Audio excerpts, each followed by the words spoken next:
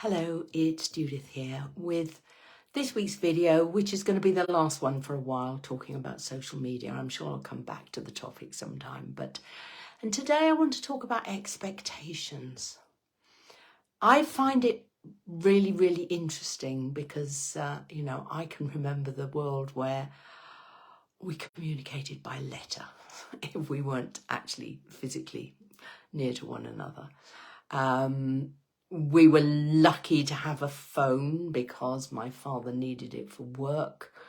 It was what was called in those days a party line, which meant we shared it with somebody else, which meant you couldn't always use it because they were using it. And I think you could listen to other people's conversations on it. I'm not sure about that because I was only very young. And I have seen, and if I stop and reflect, the world has just speeded up so dramatically. And nowadays, it seems to be important that, if you send somebody a message or post somebody, it needs instant reaction. If people don't react instantly, then, there's something wrong with you or they don't like you anymore or whatever. I see this particularly with clients in relationships. There's a set pattern that has developed about, messages, well, he always messages me first thing in the morning and then at lunchtime, and then if we're not meeting in the evening, when I get home from work, and then there's always a bedtime message, and if one of those messages is missing, the world has come to an end. He doesn't love me anymore, she doesn't love me anymore, my relationship's over, and it's a real disaster. And there is just this expectation of, as I say, an instant reaction. I get told off by my family, not by my friends, thankfully, although I always apologise because, I may not even see a message, or messages I generally look for because that's how many clients contact me, or potential clients contact me. But, sometimes I miss even those, but certainly Facebook posts or Instagram reels or whatever, and sometimes messages I just don't see, or I see them, and as far as I'm concerned, I've seen them. There is no need for a reply, or there is no need for an immediate reply. So I might reply the next day, and did you see my so-and-so, or oh, you haven't replied to my message. And I find it quite, I can't even describe the feeling. I've got the feeling now, it's pressure. It's pressure. I've got to be on the lookout all the time. And if I miss anything, I'm going to upset somebody. And, it's become, with family and with some friends, it's just become a joke. Oh, well, Judith won't have seen that because she doesn't look for things. And I'm happy with that. I'm happy with being the object of such humour. But if I was less comfortable in my own skin, I can imagine, and I meet people for whom that sort of pressure is really, really creating huge amounts of stress.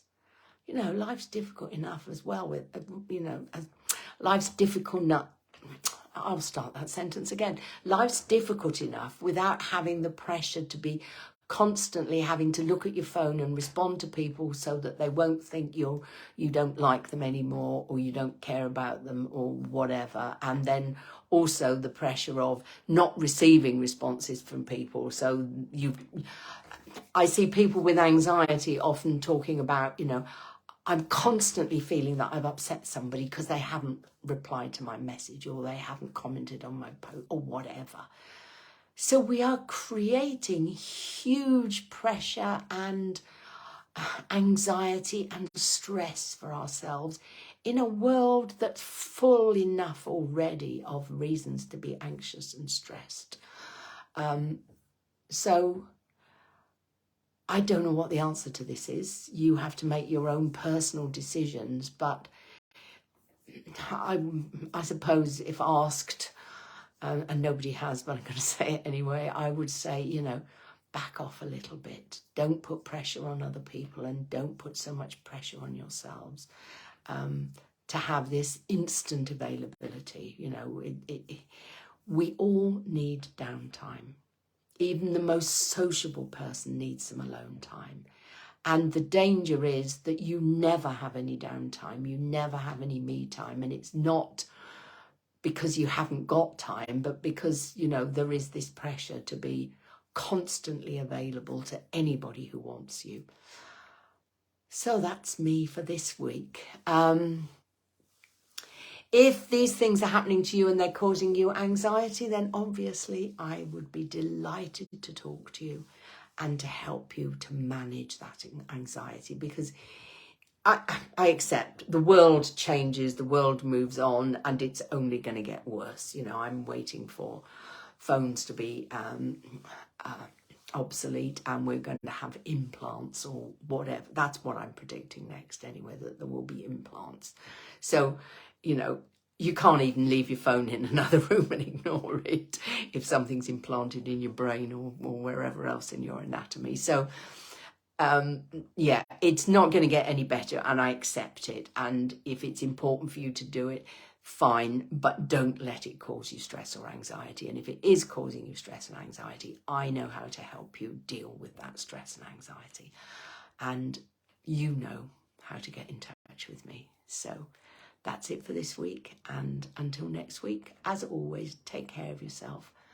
Perhaps give yourself a break from social media, just for a few minutes or an hour or even a few hours or maybe even a whole day. And I'll see you next time. Bye.